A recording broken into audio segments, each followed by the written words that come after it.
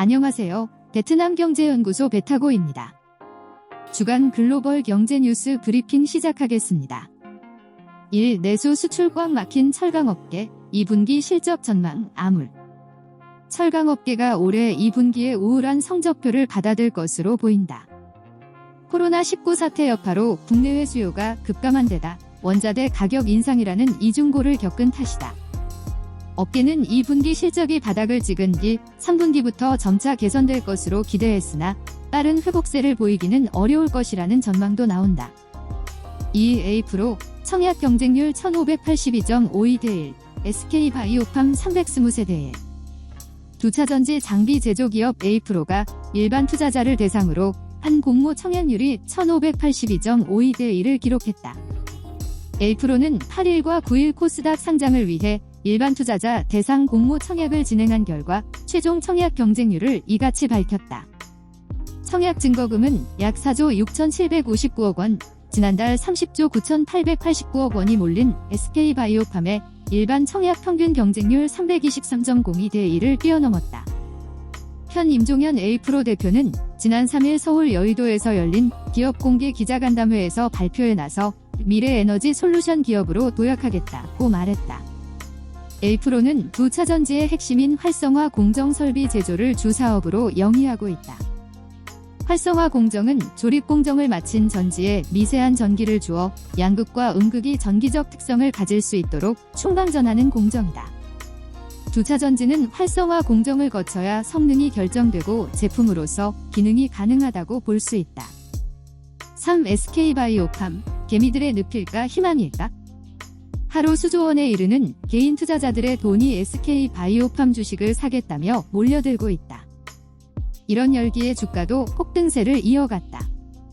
상장과 함께 불어닥친 SK바이오팜 열풍의 시장에서는 바이오, 신약산업 재평가 시각대 대 전형적인 이상 과열 현상이라는 신중론이 팽팽하다. SK바이오팜 열기는 상장 전 이미 개인 투자자를 대상으로 한 주식 공모 청약에서부터 시작됐다. SK바이오팜 공모, 한 주당 49,000원에 30조 9,900억 원에 이르는 개인 투자자들의 돈이 몰려들었다. SK바이오팜 열기는 지난 7월 2일 실제 상장과 함께 거세지고 있다. 당장 7월 2일 개장 전 동시호가부터 공모가의 2배인 98,000원으로 올라섰다. 9시 본격적으로 거래가 시작되자 가격 제한폭인 127,000원까지 뛰며 상한가로 직행했다. 거래 둘째 날인 7월 3일 역시 SK바이오팜 주식은 상한가로 직행해 16만 5천원으로 치솟았다. 공모가와 비교해 상장 이틀 만에 236.73% 넘게 폭등했다. 거래 3일째인 7월 6일 역시 오전 10시가 넘어서자 주가가 시 상한가로 오르며 21만 4,500원으로 뛰었다. 기사 마감일인 7월 8일 현재 전날보다 500원 올라 상장 이후 가장 적게 상승하긴 했지만 그럼에도 주가는 21만 7천원을 찍으며 공모가 대비 342.86%나 폭등했다. SK바이오팜을 바라보는 외국계 투자사들의 시각은 한국계 증권사들과는 조금 다르다.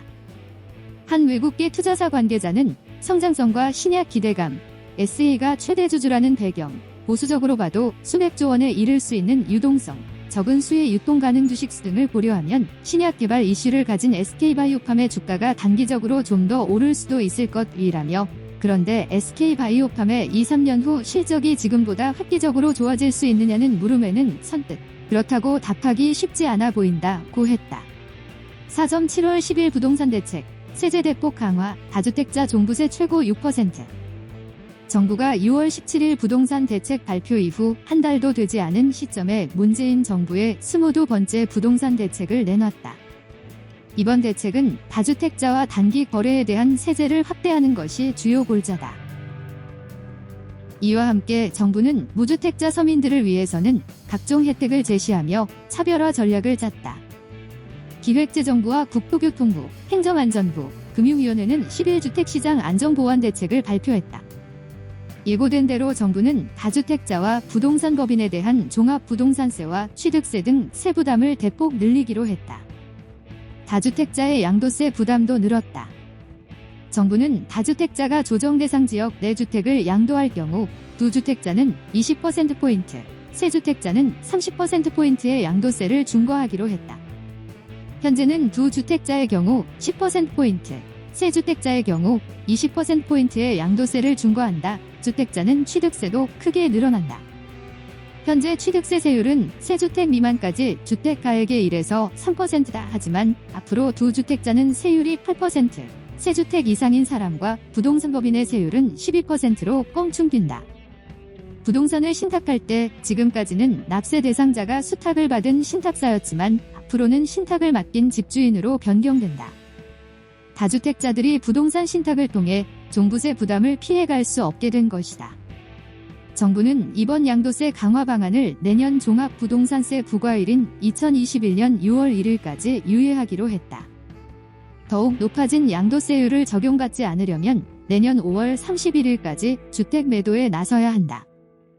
5. 골드만삭스 코로나19 확진자 급증에 미국 경제 성장 전망 하향. 미국 코로나19 확진자가 급증하면서 누적 확진자가 300만 명을 넘어선 가운데 골드만삭스가 미국의 3분기 경제 성장률이 크게 낮아질 것이라고 전망했다. 6일 신시에 따르면 골드만삭스는 올해 3분기 미국 국내 총생산 증가율 전망치를 기존 33%에서 25%로 낮췄다. 올해 전체 미국의 경제 성장률 전망치는 기존 마이너스 4.2%에서 마이너스 4.6%로 하향 조정했다. 골드만삭스는 이번 전망에 대해 플로리다, 텍사스, 애리조나 등에서 코로나19 확진자가 급증해 경제 재개 속도가 느려질 것이라는 우려가 높다면서 더 엄격한 규제와 자발적인 사회적 거리두기가 경제 활동에 현저한 영향을 미치고 있다고 설명했다. 6. 국제유가 반등, WGE $40대 회복. 국제유가는 10일 신종 코로나 바이러스 감염증, 코로나19 치료 기대에 힘입어 상승했다. 이날 뉴욕 상업거래소에서 8월 인도분 서부 텍사스산 원유는 전 거래일보다 배럴당 2.4% 오른 40.55달러에 거래를 마쳤다. 런던 ICE 선물거래소의 9월물 브렌트유는 이날 오후 10시 50분 현재 배럴당 2.15% 상승한 43.26달러에 거래되고 있다. 7. 비정한 증시, 박원순 시장 사망의 요동친 정치, 그린벨트 테마주. 박원순 서울시장의 사망 소식에 증시에서 정치 그린벨트 테마주가 요동쳤다. 정치 테마주의 경우 차기 대권주자 후보군으로 거론됐던 박 시장의 유고에 따라 정치적 입지 확대가 기대되는 오세훈 전 서울시장, 안철수 국민의당 대표 등 야권 주요 인사들 관련 테마주로 알려진 종목들이 강세를 나타냈다.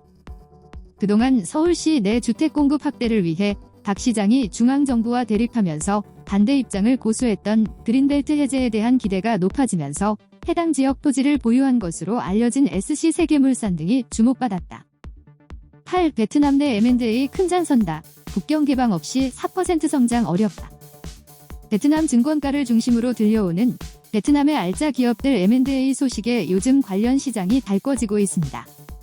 글로벌 로펌 베이커 맥켄지는 코로나 영향과 베트남 정부의 적극적인 외자 유치 전략으로 국영기업을 중심으로 한 M&A와 기업 간 투자 문의가 매우 활발해지고 있다는 분석을 내놓았습니다. 베이커 맥켄지는 베트남의 경우 펀더멘털이 좋아 포스트 코로나를 대비하는 외국 투자자들 사이 그리고 정부와 기업 간 M&A 거래가 이어질 것이라고 전망했습니다. 베트남 로컬 로펌 라자엔탄 역시 기업 간 인수합병 거래 건수가 급증하고 있는데 규모뿐만 아니라 중소빅딜에 이르기까지 여러 분야에 걸쳐 확산될 것이라고 예상했습니다. M&A는 자본력 있는 기업에게 사업 확대의 가장 빠른 전략이라 올 하반기 기업 간 딜이 많아질 것으로 보고 있습니다. 올해 주목할 빅딜은 베트남 대표 양조기업 사베코입니다. 사베코는 올 말까지 지분의 36%를 매각하겠다고 발표했는데요. 이 딜의 규모는 대략 16억 3천만 달러가 될 전망입니다. 여기에 올 하반기에는 베트남 M&A 시장 사상 역대급 메가 딜이 나올 수도 있다고 현지 매체들은 보도하고 있습니다. 한 캄보디아 FTA 협상 개시, 연내 성과 도출. 한국과 캄보디아 자유무역협정 FTA 협상이 공식적으로 시작됐다. 이명희 산업통상자원부 통상교섭본부장과 안소라사 캄보디아 상무부 장관은 9일 오후 화상회의를 통해 한 캄보디아 FTA 협상 개시를 공식 선언했다. 한국과 캄보디아는 지난해 3월 정상회담을 계기로 FTA 추진에 합의한 바 있다. 유 본부장은 코로나19 확산 이후 신남방 국가들과 협력이 더욱 중요해진 가운데 아세안의 생산 무역 허브로 성장 가능성이 큰 캄보디아와 FTA 협상을 개시한 것을 환영한다고 말했다. 이상 뉴스 브리핑을 마치겠습니다. 감사합니다.